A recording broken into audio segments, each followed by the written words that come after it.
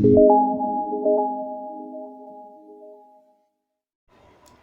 Guys, मेरा नाम है शुभम टेम्बुरकर और हमने स्टार्ट किया था आपकी इन्वायरमेंट की लेक्चर सीरीज। कल था हमारा लेक्चर नंबर 1, आज है हमारा लेक्चर नंबर 2 और हम क्या पढ़ेंगे आपका इकोलॉजी एंड इकोसिस्टम।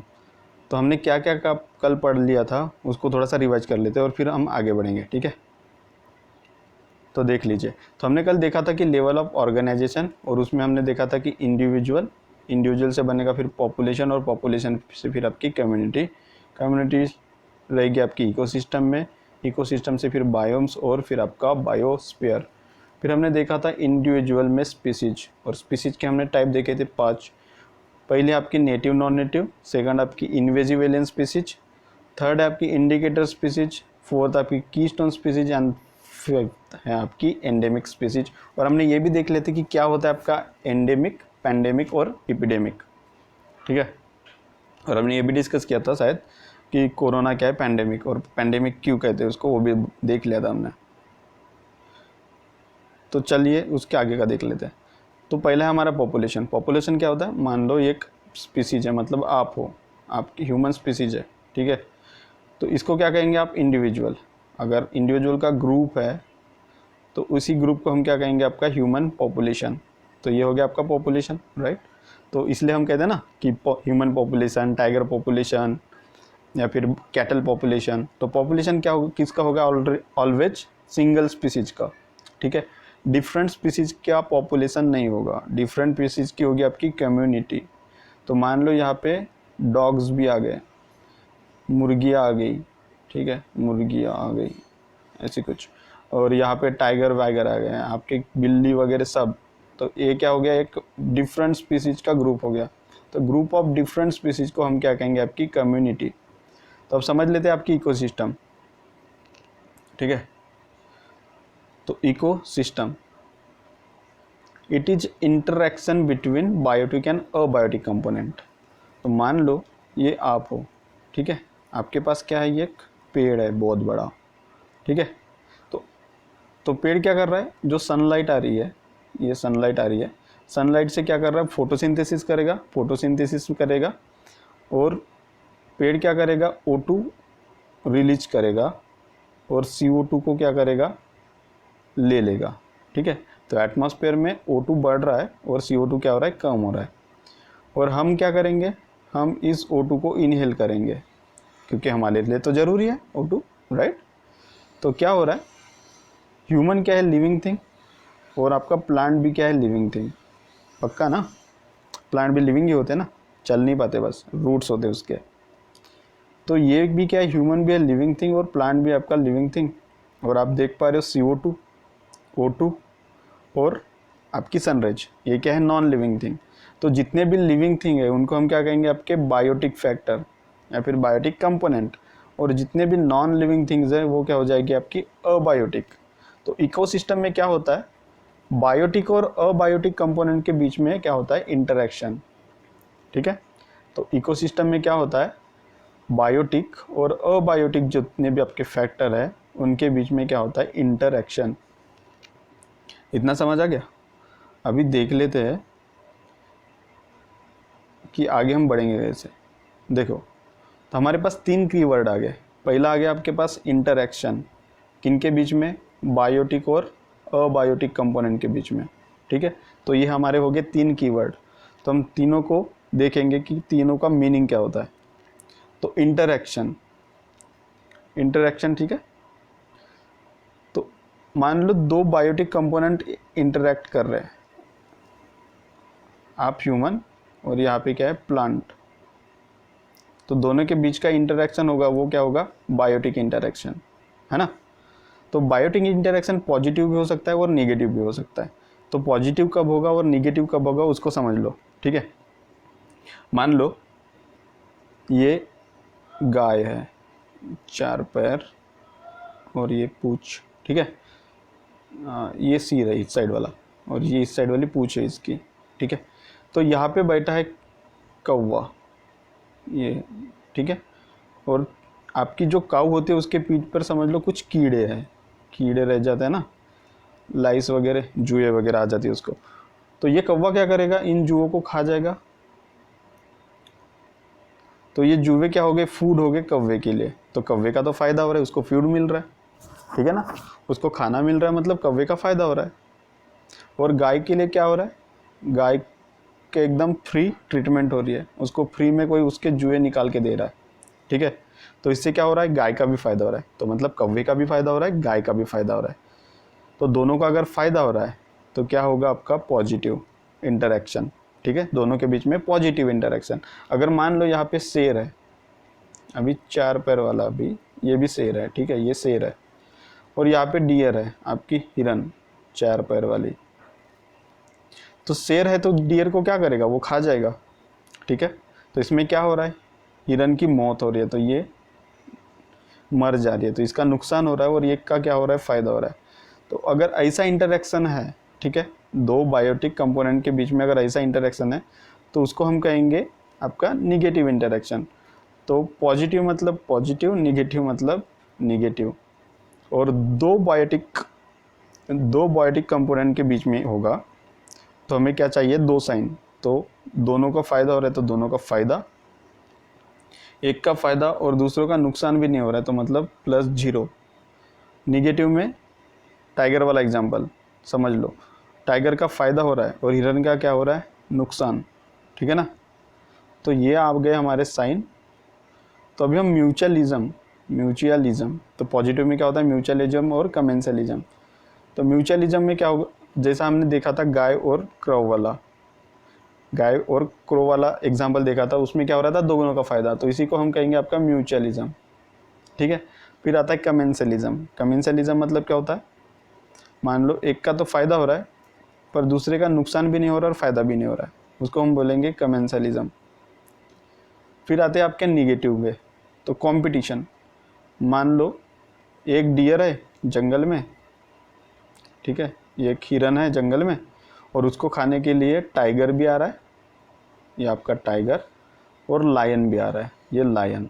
तो क्या हो जाएगा, टाइगर भी इसको खाने की कोशिश करेगा और लायन भी इसको खाने की कोशिश करेगा, तो दोनों के बीच में क्या हो जाएगी, बहस, मतलब दोनों के बीच में वॉर हो जाएगा, फाइट हो जाएगी। और फाइट हो जाएगी मतलब कंपटीशन। और जब भी वॉर होगा या फिर फाइट होगी तो क्या होगा, दोनों में से एक की मौत हो जाएगी, या फिर दोनों में से किसी एक को फील्ड छोड़ के भाग जाना पड़ेगा। तो इसमें क्या हो रहा है, मान लो अगर टाइगर ने लायन को मार दिया तो इसकी तो जान चली गई, तो इसका नुकसान हुआ, ठीक है। और इस फाइट में क्या हुआ, टाइगर के पैर वैर टूट गए, तो इसका भी नुकसान हो रहा है, ठीक है ना। तो दोनों का अगर नुकसान हो रहा है तो क्या हो रहा है आपका, कंपटीशन। प्रेडेशन को समझ लो, टाइगर है और एक हिरन है, तो टाइगर क्या करेगा, हिरन को खा जाएगा, तो ये होता है आपका प्रेडेशन। तो मतलब टाइगर का फ़ायदा हुआ, हिरन का नुकसान। फिर आता है अमेंसलिज्म कमेंसलिज्म के अपोजिट होता है, ठीक है। तो हमने कमेंसलिज्म में क्या देखा, एक का फ़ायदा हो रहा है और दूसरे का नुकसान भी नहीं हो रहा है। तो अमेंसलिज्म में क्या होगा, एक का नुकसान होगा और दूसरे का फ़ायदा भी नहीं होगा और नुकसान भी नहीं होगा। तो ऐसे भी कंडीशन आएगी, ऐसी कंडीशन आएगी, तो इसको हम डिटेल्स में पढ़ लेते हैं अभी थोड़ा देर में, ठीक है। तो चलो इसको डिटेल में देख लेते हैं। Individual in the ecosystem have their specific interaction between the population of two different species, और इसी को हम क्या कहते हैं, आपका बायोटिक इंटरेक्शन। तो पहला निगेटिव पहले देख लेंगे। तो पहला हमारा प्रेडेशन हमने देखा था, ठीक है। तो क्या हो रहा है समझो, ग्रास क्या कर रहा है, जो ग्रास है वो सन की एनर्जी को फोटोसिंथेसिस के थ्रू एब्जॉर्ब कर रहा है और खुद के लिए खाना बना रहा है। तो ये जो सन की एनर्जी अभी किस में स्टोर होगी, आपके ग्रास में। तो हम नीचे रखेंगे प्रोड्यूसर, और प्रोड्यूसर में कौन है, आपका ग्रास। इसको खाएगी डियर मतलब आपकी हिरन, ठीक है ना। तो डियर खा रही किसको, आपके ग्रास को। तो जो सन की एनर्जी ग्रास में आई थी, अब वो एनर्जी किसके पास जा रही है, डियर के पास। मान लो यहाँ पे टाइगर है, टाइगर क्या करेगा, हिरन को खाएगा, है ना। तो हिरन को खाएगा तो जो हिरन में एनर्जी आई थी वो किस में चली जाएगी, अभी आपके टाइगर में, ठीक है। इतना समझ आ गया, इसको थोड़ा सा और समझते हैं। तो हमने क्या देखा, ग्रास को खाया किसने, डियर ने, और डियर को खाया टाइगर ने, ठीक है। तो ये कंपार्टमेंट बन रहा है किसका, प्रोड्यूसर का, मतलब जो प्रोड्यूस करेंगे फूड को। तो ये हो गया आपके ग्रास। ये क्या कर रहा है, ग्रास को खा रही है डियर, तो ये हो गया आपकी प्राइमरी कंज्यूमर, ठीक है। और टॉप लेवल का कंज्यूमर कौन है, आपका टाइगर। तो जो सन के पास से एनर्जी आ रही थी लैंड के ऊपर, उसको किसने ट्रैप किया, आपके ग्रास ने, और वही एनर्जी ट्रांसफ़र हुई आपके डियर के पास, और वही एनर्जी ट्रांसफ़र होगी फिर आपके टाइगर के पास। और ये जो कंपार्टमेंट बने हुए हैं, ठीक है, ये पहला कंपार्टमेंट, ये दूसरा कंपार्टमेंट, और ये तीसरा आपका कंपार्टमेंट, उसी को कहते हैं हम आपके ट्रॉफिक, ठीक है। और हर एक ट्रॉफिक पे क्या होती है, आपकी एनर्जी फिक्स्ड अमाउंट की होती है, ठीक है। उससे ज़्यादा कभी ट्रांसफ़र नहीं होगी, उससे कम ट्रांसफ़र नहीं होगी। तो फिक्स्ड अमाउंट की होती है कि उतनी ही एनर्जी ट्रांसफ़र होगी। तो हमने क्या पढ़ा कि सभी ट्रॉफिक लेवल पे जो ट्रांसफ़र रेट है, एनर्जी ट्रांसफ़र रेट, वो क्या है, फिक्स है, ठीक है ना। तो as the energy at each trophic level is fixed and energy transfer occurs only from lower to higher trophic level. हमने क्या बोला था, ये है आपके ट्रॉफिक्स, और लोअर ट्रॉफिक से लेकर हायर ट्रॉफिक में क्या होगी, आपकी एनर्जी ट्रांसफ़र होगी। पर टाइगर थोड़ी ना ग्रास खाएगा। तो एनर्जी ट्रांसफ़र करने के लिए ज़रूरी क्या है, इसके लिए क्या हो जाते हैं, डियर। तो डियर क्या करेगी, डियर जब ग्रास को खाएगी तब ग्रास की एनर्जी डियर में आएगी, और जब टाइगर डियर को खाएगा तब डियर वाली एनर्जी किस में जाएगी, आपके टाइगर में। ऐसा तो नहीं हो रहा है ना कि डायरेक्ट टाइगर ग्रास को खाएगा और एनर्जी लेगा, नहीं, ठीक है। और इसीलिए नेचर में क्या है, प्रेडेशन। तो अगर जब तक के प्रेडेशन होगा नहीं तब तक energy transfer lower to higher होगी नहीं, ठीक है। तो as the energy is fixed as it trophic level, ठीक है ना, energy transfer occurs only from lower to higher trophic level. तो प्रेडेशन क्या है, predation is a nature's way of transferring energy fixed by plant to the higher trophic level. तो क्या हो रहा है, जो प्लांट की एनर्जी है वो हायर ट्रॉपिक लेवल पे पहुंच रही है, ठीक है ना। To control the population of invasive alien species. Invasive alien species मतलब कोई ऐसी स्पीसीज जो वहाँ की नेटिव नहीं है, पर उसको इंट्रोड्यूस करने के बाद क्या हो रहा है, वहाँ के जितने भी रिसोर्स है उस पर टेंशन क्रिएट हो रहा है ना। कल हमने देखा था इसको डिटेल में। तो इन्वेजिव एलियन स्पीसीज क्या होती है, जो वहाँ के रिसोर्स पे क्या करेगी, टेंशन क्रिएट करेगी। अगर इन्वेजिव एलियन स्पीसीज है, हमने देखा था कि एक रैबिट को एक कंट्री में इंट्रोड्यूस करा गया, और उसने क्या किया, जितने भी प्लांट थे, जितना भी उनका फार्म प्रोड्यूस था, उनको खा लिया। और वहाँ के उल्फ को समझ नहीं आ रहा था कि इस रैबिट को खाना है, तो क्या हुआ, उनका पॉपुलेशन बहुत ज़्यादा बढ़ गया, और उनकी इकोनॉमी पे क्या हो गया, टेंशन क्रिएट हो गया। हमने कल देखा था इसको डिटेल में। तभी मान लो खरगोश को खाने वाली और कोई एनिमल वहाँ पे प्रेजेंट होता तो क्या होता, इनका पॉपुलेशन ज़्यादा नहीं बढ़ता। और इसलिए कहा गया है कि to control the population of invasive alien species their predators should be introduced in ecosystem. तो उनके प्रेडेटर को क्या करना चाहिए, इकोसिस्टम में इंट्रोड्यूस करना चाहिए, जिससे क्या होगा, उनका पॉपुलेशन कंट्रोल में रहेगा, और वो जो स्पीसीज है वो एक एलियन स्पीसीज नहीं बन पाएगी, मतलब इन्वेजिव एलियन स्पीसीज नहीं बन पाएगी। Tradition helps in maintaining diversity in community. ये ट्रेडिशन नहीं है, प्रेडेशन, ठीक है। प्रेडेशन, प्रेडेशन पढ़ रहे ना, तो ये प्रेडेशन है। Predation helps in maintaining diversity in community and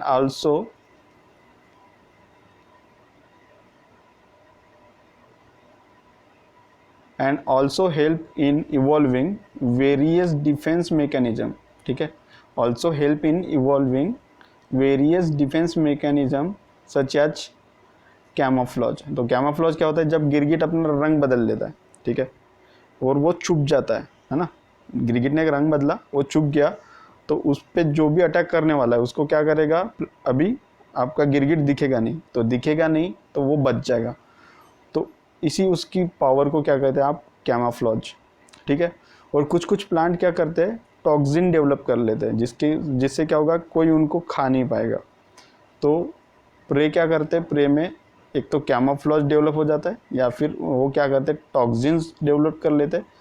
और आपने देखा होगा ना कि कुछ कुछ पेड़ को कांटे भी होते हैं, तो उनको अगर कांटे है उनमें, तो कोई उनको खा पाएगा नहीं।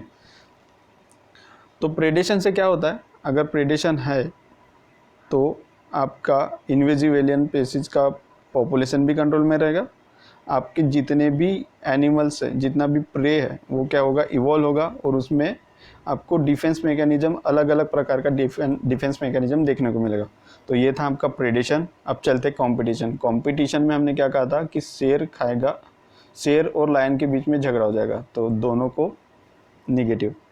It is an inter species interaction in which both the species compete for the same resource. हमने देखा था कि हिरन वाला एग्जाम्पल है ना, तो दोनों क्या कर रहे हैं, सेम रिसोर्स के लिए झगड़ा कर रहे हैं, विच मे बी लिमिटिंग और नॉन लिमिटिंग इन नेचर। चाहे वो लिमिट में हो, मतलब मान लो डियर की पॉपुलेशन कम है या फिर डियर की पॉपुलेशन ज़्यादा है, उससे हमें मैटर ही नहीं करता, ठीक है। And which cause harm to both the species. हमने देखा था कि एक की जान चली गई और एक लंगड़ा लूला हो गया है ना, तो दोनों को क्या हो रहा है, हार्म हो रहा है। तो इसको हम क्या कहेंगे, आपका कॉम्पिटिशन। फिर आता है आपका amensalism, interaction in which one is harm while other remain unaffected. तो अमेंसलिज्म कब होगा और कहाँ देखने को मिलेगा उसको समझो, है ना। मान लो ये बरगद का पेड़ है, ठीक है, और बरगद के पेड़ के नीचे कुछ घास उग रही है, ठीक है।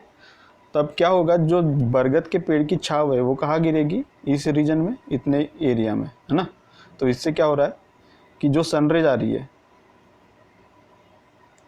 ठीक है, जो सनरेज आ रही है वो क्या हो रही है, ब्लॉक हो रही है बरगद के पेड़ के कारण। और सनरेज हमने अभी थोड़ी देर में देखा था कि अगर सनराइज होगी नहीं तो क्या नहीं होगा, फोटोसिंथेसिस नहीं होगा प्लांट में, और अगर प्लांट में फोटोसिंथेसिस नहीं होगा तो वो अपना खाना नहीं बना पाएंगे। और जैसे कि आपको और मुझे भी पता है कि अगर आपको खाना नहीं मिला तो आपकी क्या हो जाएगी, डेथ, है ना। तो जो बरगद के नीचे छोटे छोटे झाड़ियाँ हैं या फिर छोटे छोटे पेड़ पौधे उग रहे थे, वो क्या हो रहे, वो मर जा रहे, उनकी डेथ हो जा रही है। तो अगर वो मर रहे तो उनको साइन को जाएगा माइनस, ठीक है ना। और बरगद के पेड़ को उसका कुछ फ़ायदा हो रहा है क्या ये मर रहे तो नहीं, या फिर उसका नुकसान है क्या ये मर रहे तो नहीं। तो एक का तो फ़ायदा नहीं हो रहा है, ना ही नुकसान हो रहा है, और दूसरे को क्या हो रहा है, सिर्फ नुकसान। तो ऐसे में हम क्या कहेंगे, अमेंसलिज्म इंटरेक्शन, है ना। अब देख लेते कुछ पॉजिटिव इंटरेक्शन। तो कमेंसलिज्म, अमेंसलिज्म का अपोजिट, तो प्लस और जीरो, ये कहाँ पे देखने को मिलेगा। तो मान लो शकरफिश, शकरफिश एक छोटी छोटी फिश होती है, ठीक है। अगर पानी का बहाव तेज है तो ये क्या करेगी, इस बहाव में बह के चली जाएगी। अगर मान लो यहाँ पे बड़ी फिश है जैसी शार्क, तो ये क्या करेगी, इस फ्लो को चीरते हुए यहाँ से इस साइड निकल जाएगी, है ना। तो ये शकरफिश क्या करती है, जैसे ही शार्क दिखा इसको चिपक जाएगी, और जैसे ही इसको चिपक जाएगी और शार्क इस डायरेक्शन में जैसा मूव करेगा तो ये साथ साथ शकरफिश भी उसके साथ नहीं निकल लेगी। तो इससे क्या हो रहा है, अगर ये शकरफिश शार्क को चिपक रही है तो शार्क को कोई नुकसान ही नहीं हो रहा है, शार्क को कुछ नुकसान नहीं हो रहा है, पर इनको फ़ायदा हो रहा है, शकरफिश को फ़ायदा हो रहा है ना। तो ऐसे जो इंटरेक्शन होगा, ऐसा इंटरेक्शन जहाँ पे भी होगा जहाँ पे एक का तो फ़ायदा है पर दूसरे को कोई नुकसान भी नहीं, दूसरे को फ़ायदा भी नहीं है, तो उसे हम कहेंगे आपका कमेंसलिज्म। एग्जाम्पल क्या है आपका, शार्क एंड शकरफिश, काउ डंक एंड बीटल्स, ठीक है। फिर नेक्स्ट टाइप का देखते हैं इंटरेक्शन, म्यूचुअलिज्म, और उसी को हम कहते हैं आपका सिम्बोसिस। तो म्यूचुअलिज्म का जो एक्सट्रीम फॉर्म होगा उसको हम कहेंगे सिम्बोसिस। तो म्यूचुअलिज्म हमने देखा, एक आपका क्या है, आपकी गाय, और गाय के ऊपर है कुछ जुए, इसको कौन खा रहा है, आपका क्रो, है ना। तो क्रो खा रहा है तो इसका भी फ़ायदा हो रहा है और आपकी गाय का भी फ़ायदा हो रहा है, तो दोनों का अगर फ़ायदा होगा तो हम कहेंगे आपका म्यूचुअलिज्म। और सिम्बोसिस क्या है, सिम्बोसिस है म्यूचुअलिज्म का ही extreme form, extreme form of mutualism is symbiosis. तो कैसे, समझो, इसको थोड़ा सा समझते, ठीक है, और हम फिर नेक्स्ट टॉपिक पे चले जाएंगे। तो इसको समझ लेते हैं। इसको समझना कैसे है, मान लो ये आपका एक प्लांट है, ठीक है, इसकी कुछ रूट्स है, और प्लांट के लिए क्या इंपॉर्टेंट होता है, NPK, nitrogen potassium and phosphorus, ठीक है ना। इसलिए हम फर्टिलाइजर जो जो भी डालते हैं उसमें क्या होता है आपका नाइट्रोजन, पोटेशियम और फॉस्फोरस ही होता है। तो नाइट्रोजन तो एटमॉस्फेयर में है, ठीक है ना, हवा में है। तो नाइट्रोजन नॉन रिएक्टिंग होने के कारण प्लांट्स उसको ले नहीं पाते। तो लेगुमिनस प्लांट में क्या होते हैं, नोडुल्स होते हैं, ये ऐसी गांठ आई होते हैं। जब आपको कभी टाइम मिले तो एक आधा लेगुमिनस प्लांट को आप क्या कर लो, उखाड़ लो, तो उसकी जो आपको रूट्स दिखेंगे, उसके रूट्स में क्या होते हैं, ऐसे नोडुल्स होते हैं। और इन नोडुल्स में पाया जाता है बैक्टीरिया। और ये बैक्टीरिया होता है आपका राइजोबियम।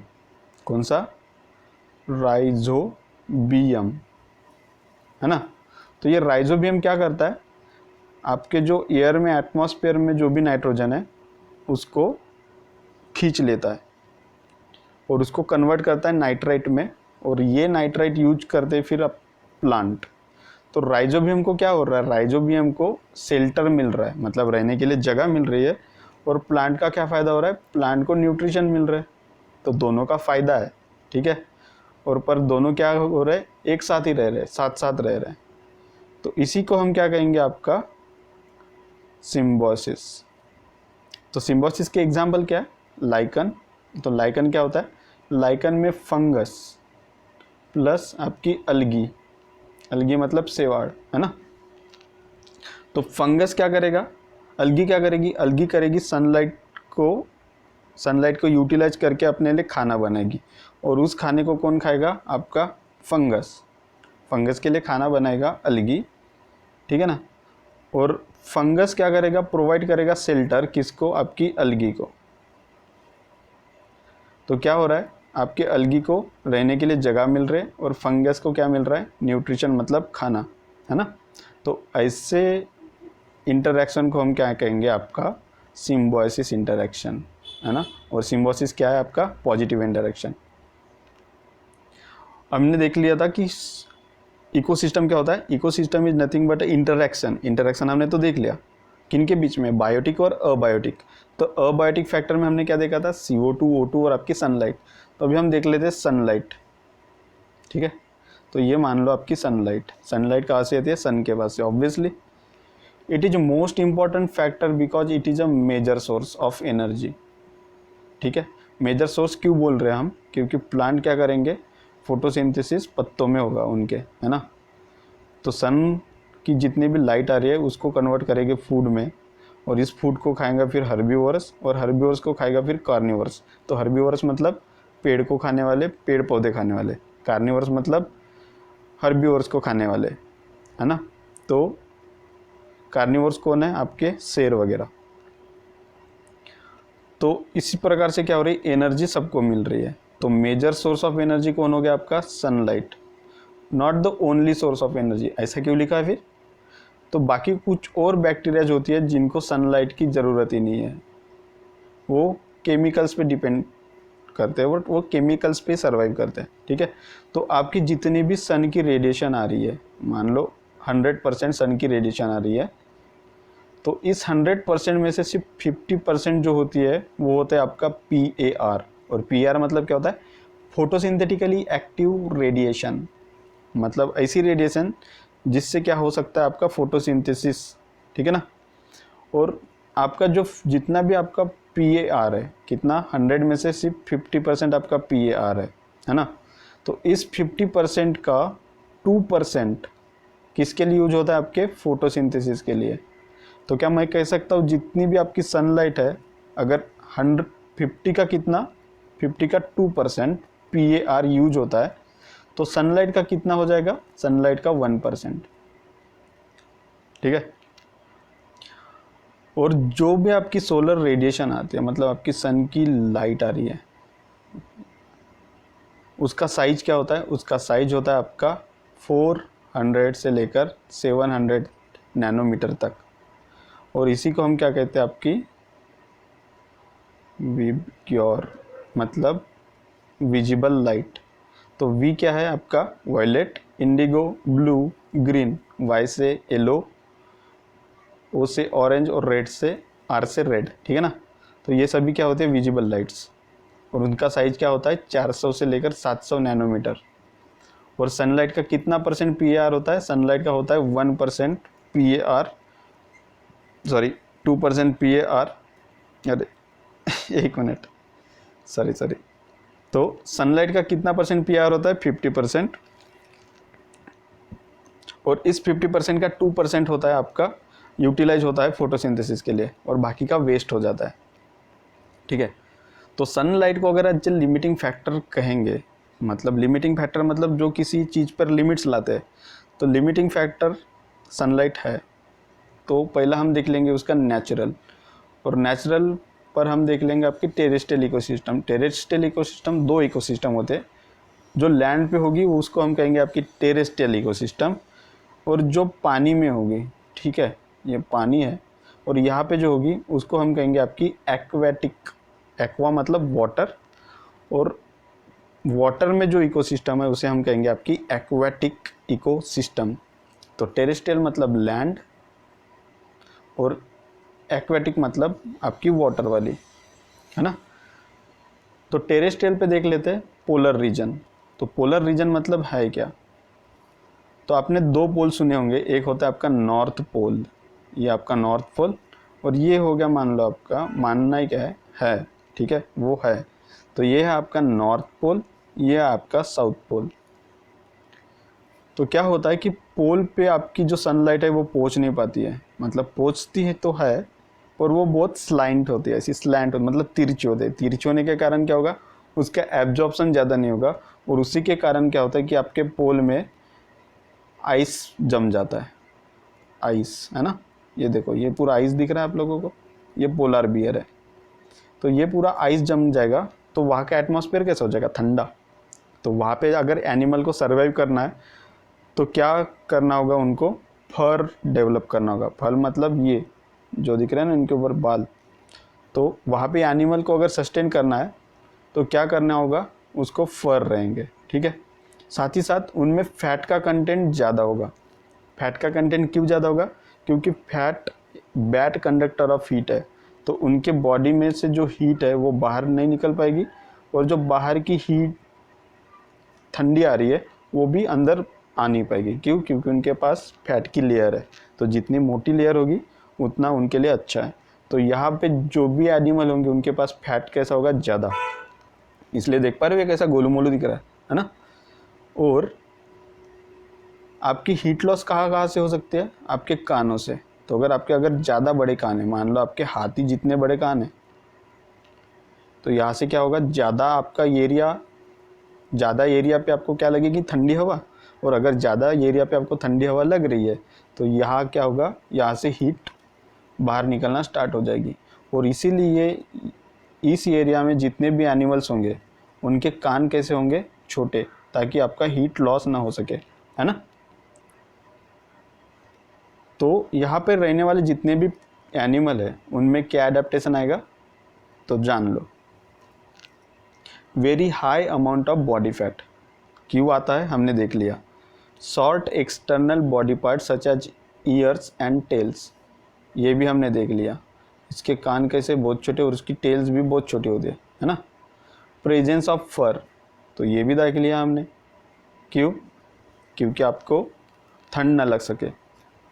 तो ये एलन का रूल है। किसका रूल है? एलन का रूल। वो क्या कहता है? Animals adapted to cold climatic condition have shorter, ये शॉर्टर है, ठीक है, shorter limbs and body parts such as compare to, किसके कंपेरिजन में? हम अगर वार्म क्लाइमेट रीजन में जितने भी एनिमल्स है उनके कंपेरिजन में अगर हम पोलर रीजन वाले, मतलब वार्म रीजन ये आ गया आपका, है ना, यहाँ पे ज़्यादा धूप गिरती है, इसका कंपैरिजन करेंगे हम पोलर रीजन से, तो हमें देखने को क्या मिलेगा कि यहाँ के जो एनिमल्स है उनके पास ज़्यादा फैट है, उनके एक्सटर्नल बॉडी पार्ट छोटे छोटे हैं, और उनके पास फर भी है ना। तो इंडिया के ऐसे कौन से 3 राज्य हैं जहाँ पे वूल का प्रोडक्शन ज़्यादा होता है? तो पहला है आपका राजस्थान, दूसरा है आपका कर्नाटका, और थर्ड है आपका जम्मू एंड कश्मीर। वूल है, ठीक है, ये कोल नहीं है, ये वूल है। Largest wool producing state of India, पहला है राजस्थान, दूसरा कर्नाटक, और थर्ड है आपका जम्मू एंड कश्मीर। तो हमने टेरेस्ट्रियल पे तो देख लिया, अभी एक्वाटिक इकोसिस्टम पे सन के रेज के क्या इफेक्ट होते हैं वो देख लेते हैं। तो मान लीजिए ये वाटर बॉडी है, ये वाटर बॉडी देख रहे हो आप, ये पूरा वाटर है आपका, मतलब समुंदर वगैरह समझ लो। और ये जो डेप्थ है समझ लो, ये डेप्थ होगी 1 किलोमीटर की। 1 किलोमीटर मतलब 1000 मीटर, है ना, सीधा सीधा। तो जो सन की लाइट होती है सिर्फ 200 मीटर तक के ही पानी के अंदर आ पाती है। और जहाँ तक के सन की लाइट आ रही है, मतलब 200 मीटर का जो एरिया है ना, वहाँ तक के सनलाइट आ रही है, तो उसी रीजन को हम क्या कहते हैं, आपका फोटिक जोन। मतलब जहाँ तक के आपकी सन की लाइट आ रही है उसे हम कहेंगे फोटिक जोन। और हमने तो पहले ही देख लिया कि आपके जितने भी ग्रीन प्लांट्स है उनको फोटोसिंथेसिस करने के लिए चाहिए सनलाइट। तो जो आपकी एक्वेटिक प्लांट है उनको भी सनलाइट की ज़रूरत होगी, पर सनलाइट कितने एरिया में आ रही है, सिर्फ 200 मीटर डेप्थ में आ रही है। तो जितने भी प्लांट्स हो गए वो कहाँ पे उगेंगे, 200 मीटर अंदर तक, और बाकी के रीजन में नहीं। क्यों? क्योंकि सनलाइट नहीं आ रही है। ठीक है, तो एक्वाटिक इकोसिस्टम में देख पा रहे हो ना कि आपकी सनलाइट एक लिमिटिंग फैक्टर होगा, वो लिमिट कर रहा है किसको, इनकी ग्रोथ को। कहाँ तक, सिर्फ 200 मीटर तक। तो ये था आपके नेचुरल इम्पैक्ट सनलाइट के। अभी हम ह्यूमन इम्पैक्ट देखते हैं। तो ह्यूमन क्या क्रिएट करते हैं, पोल्यूशन। डेली पोल्यूशन तो होता ही होता है, और हम सीवेज मतलब आपका वेस्ट प्रोडक्ट कहाँ डाल देते हैं, आपके रिवर्स में। और रिवर्स बह के कहाँ चली जाएगी, रिवर्स बह के चली जाएगी आपके ओशियन में, है ना। तो आपने जो भी पोल्यूशन किया वो कहाँ डंप करोगे आप, ओशियन में। तो आपके पोल्यूशन में सबसे ज़्यादा परसेंटेज होते हैं प्लास्टिक के, है ना, क्योंकि आप जितने भी पॉकेट्स लाओगे वो रैप होते हैं आपके प्लास्टिक में। कुछ भी बाहर का ख़रीद के लाओगे वो भी पैक करके मिलेंगे आपको प्लास्टिक में। तो आप ये प्लास्टिक कहाँ डंप करोगे, रिवर में, और रिवर फ्लो करते हुए कहाँ जाएगी, आपके ओशियन में। तो ये प्लास्टिक अभी कहाँ जाएगा, ओशियन में, और वो आके यहाँ पे तैरने लगेगा, है ना। यहाँ पे मान लो ये तैर रहा है, तो अभी ये तैर रहा है तो ये क्या हो जाएगा, जितनी भी आपकी सन रेज आ रही है वो ब्लॉक हो जाएगी। और अगर सन रेज ब्लॉक हो गई तो ये जो जितने भी यहाँ नीचे प्लांट है उनको क्या नहीं मिलेगा, फोटोसिंथेसिस के लिए सन रेज नहीं मिलेगी। और अगर फोटोसिंथेसिस के लिए सन रेज नहीं मिलेगी तो क्या हो जाएगा, वो उनका फूड नहीं बनेगा, और फूड नहीं बनेगा तो वो मर जाएंगे। ठीक है, तो आपने सुना होगा कि प्लांट क्या करते हैं, ऑक्सीजन को रिलीज करते हैं और CO2 को क्या करते हैं, ले लेते हैं, है ना। और इसी की वजह से CO2 का प्रमाण मेंटेन करने में मदद होती है। तो अभी मान लो क्या हो रहा है, आपके प्लांट मर रहे हैं ओशियन में।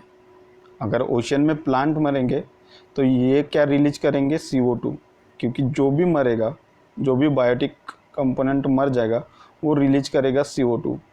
तो अभी ऑक्सीजन रिलीज नहीं कर रहे, CO2 रिलीज कर रहे। तो CO2 रिलीज कर रहे तो पानी में किसका परसेंटेज बढ़ जाएगा, आपके CO2 का। और ऑक्सीजन का प्रमाण क्या हो जाएगा फिर अभी, डिक्लाइन। तो the percent of oxygen will start reducing and the amount of CO2 will be start on rising. तो इसमें क्या हो रहा है, अभी उसके कारण होगा आपका CO2 वाटर में पूरा एब्जॉर्ब। और जितने भी एक्वेटिक एनिमल है, एक्वेटिक एनिमल मतलब जितने भी फिशेस वगैरह रह रहे उसमें, उस पानी में, उनको तो चाहिए ऑक्सीजन जीने के लिए, है ना, उनको चाहिए O2। और वहाँ पे ज़्यादा क्या हो रहा है, आपका CO2। तो CO2 ज़्यादा होने के कारण क्या हो जाएगी, वहाँ पे जितने भी फिशेस है वो भी मरना स्टार्ट हो जाएंगी, है ना। तो वो भी, उनकी भी क्या हो जाएगी, डेथ। और ये सब क्यों हो रहा है, क्योंकि ऊपर सिर्फ ये पोल्यूशन आ गया, जिसके कारण क्या हो रहा है, आपके एक्वेटिक एनिमल, एक्वेटिक प्लांट क्या कर रहे हैं, मर रहे हैं। ठीक है, और ये जब मर जाएंगे ये भी क्या रिलीज करेंगे, CO2। तो CO2 का और परसेंटेज क्या होगा, बढ़ जाएगा। ठीक है, पर इस इकोसिस्टम को क्या चाहिए, ऑक्सीजन, सस्टेन करने के लिए ऑक्सीजन। तो ऑक्सीजन की डिमांड है वो क्या होगी, बढ़ जाएगी। जितना CO2 बढ़ेगा उतना आपका O2 कम होगा, ठीक है ना। और O2 अगर कम है तो उसकी डिमांड क्या होगी, और बढ़ेगी। तो उसी को हम कहते हैं आपका BOD। BOD मतलब बायोलॉजिकल ऑक्सीजन डिमांड। तो ऑक्सीजन की डिमांड क्या हो रही है, बढ़ रही है। तो अगर किसी पानी में BOD बढ़ा हुआ है, इसका मतलब क्या है, उस वाटर में पोल्यूशन क्या है, ज़्यादा है ना। अगर पोल्यूशन ज़्यादा है तो BOD बढ़ेगा। ऑक्सीजन की डिमांड कब बढ़ेगी, जब ऑक्सीजन कम होगा, ठीक है ना। तो ऑक्सीजन की डिमांड अगर बढ़ रही है, इसका मतलब ऑक्सीजन यहाँ पे कम है, और ऑक्सीजन कम है मतलब यहाँ पे पोल्यूशन ज़्यादा है। और इसी वजह से क्या हो रहा है, आपके एक्वेटिक प्लांट और एक्वेटिक एनिमल मर रहे हैं। और इस जोन को जहाँ पे ये मर रहे हैं ना सभी आपके प्लांट और एनिमल जहाँ पे मर रहे हैं, उसी को हम कहते हैं आपका डेड जोन। कौन सा जोन, डेड जोन, राइट। तो क्या होगा, पोल्यूशन के कारण reduce the sunlight and therefore increase the demand of oxygen which is major in term of biological oxygen demand and chemical oxygen demand. वो तो हमने देख लिया। तो रिसेंट डेड जोन जो बना है इंडियन ओशियन में, वो कहाँ पे बना है, उसका लोकेशन देख लेते हैं। तो ये है आपका प्यारा भारत, ठीक है, ये आपका जम्मू एंड कश्मीर, और ये आपका इंडिया, और ये है आपका अरेबियन सी। कौन सा सी, अरेबियन सी। और इस साइड है, ये आपका अरेबियन सी हो गया, और ये आपका है बे ऑफ बंगाल, ठीक है। और अरेबियन सी में ये जो एरिया है, ये क्या आपका gulf of Oman, gulf of Oman. और यहाँ पे वर्ल्ड का सबसे बड़ा डेड जोन बना हुआ है। कैन यू इमेजिन, वर्ल्ड का सबसे बड़ा डेड जोन कहाँ पे है, गल्फ ऑफ ओमान में,